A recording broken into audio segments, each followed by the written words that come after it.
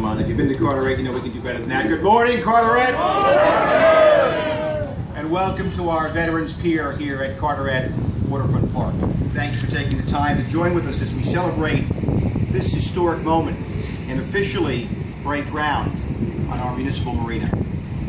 We've been working on this project for over 10 years, and despite all the bureaucratic hurdles, we're here celebrating Carteret's victory.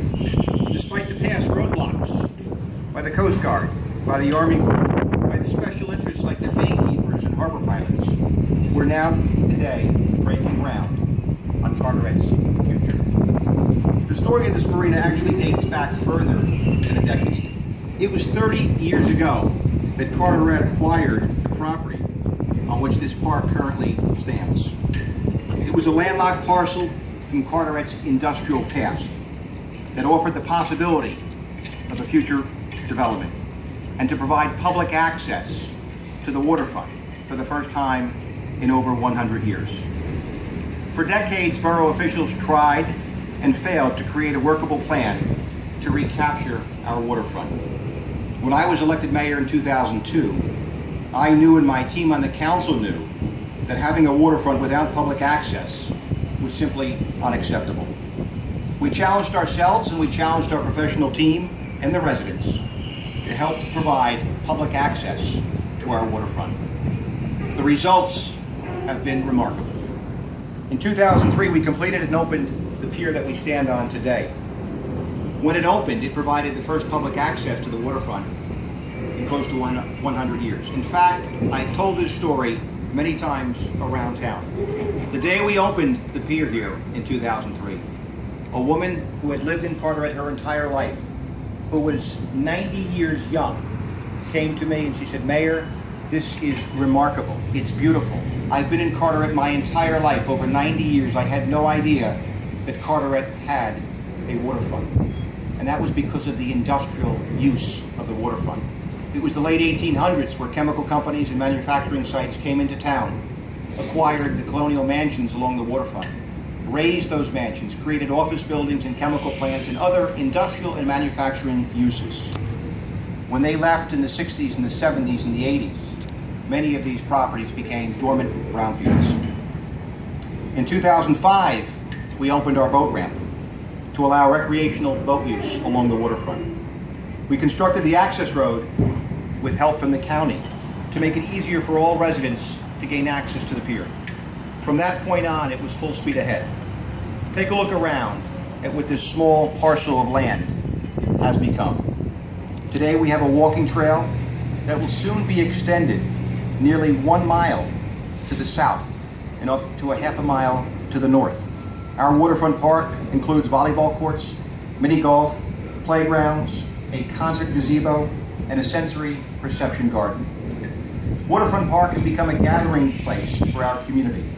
Thousands of residents come down each and every year and throughout central New Jersey to attend festivals, to celebrate important holidays, and for cultural diversity. We've hosted over 10,000 people at our past 4th of July celebrations and our fireworks displays. Our annual Latin Fest draws thousands more each and every year. Throughout the summer, residents of Carteret attend our concerts by the bay and enjoy musical performances in this beautiful setting. And on Memorial Day, we join with veterans and residents here on Veterans Pier to honor America's heroes. It's our sincere hope that this marina will draw people from throughout Carteret and central New Jersey as an additional opportunity for enjoyment of our waterway. When the future phases are completed, the marina will have 190 slips, some which will be used by the New Jersey State Police, who now occupy a marina barracks just outside the park. There are plans for a future restaurant that will offer waterfront dining. The marina will be unique in its design and that it will contain state-of-the-art safety features to ensure the recreational and commercial boat traffic can safely coexist on this open public water body. And like all public projects in the borough of Carteret, the work going on today in the future marina will be built with 100% union construction. This project is also unique because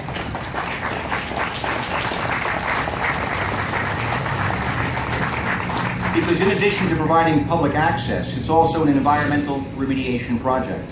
The cove behind us was once owned by Ichabod T. Williams and Sons, and it was used to unload and treat mahogany logs from around the world. This site was home at one point in the 1800s to the largest mahogany plant in the entire world. That process and those operations left the cove contaminated with heavy metals, a condition that has remained unaddressed for nearly a century. As part of this project, the long contaminated cove behind us will be completely dredged down to clean sand. In all, we will be removing over 135,000 cubic yards of contaminated material from the water. This remediation project is fully funded with the support of our county friends, of the state and federal grants. And like with any successful project, we did not get to this point alone. There are so many different people who have contributed to our success. First, I'd like to acknowledge our local resident, friend and freeholder director, Ronnie Rios, and his colleagues on the freeholder board. From the outset, the county has worked with Carteret to address any issue that has arisen. What's more is they've invested their resources and funding in this project because they recognized early on that the project's a benefit not just to Carteret, but to all of Middlesex County and all of central New Jersey. I'd also like to acknowledge the support of the DEP. This was not always an easy process, but throughout it they made themselves available to deal with the numerous bureaucratic issues that arose. When faced with pushback by special interests and federal agencies, the DEP never wavered in their commitment to this remediation and to increase public access here along the waterfront. In particular, I'd like to point out our governmental affairs liaison from the DEP, Cindy Randazzo. Cindy, thank you for being here with us today. Ground Affairs and Development Case Manager Tony Finley. Tony, thank you for your support for this project. I'd also like to thank the New Jersey State Police, who chose to invest in Carteret as a site for their new Marine barracks several years ago. We've all heard the saying, if you build it, they will come. Well, they came before we built the Marina. Now, they've complained about that ever since, but they did come before the Marina was built, and we welcome them here with open arms.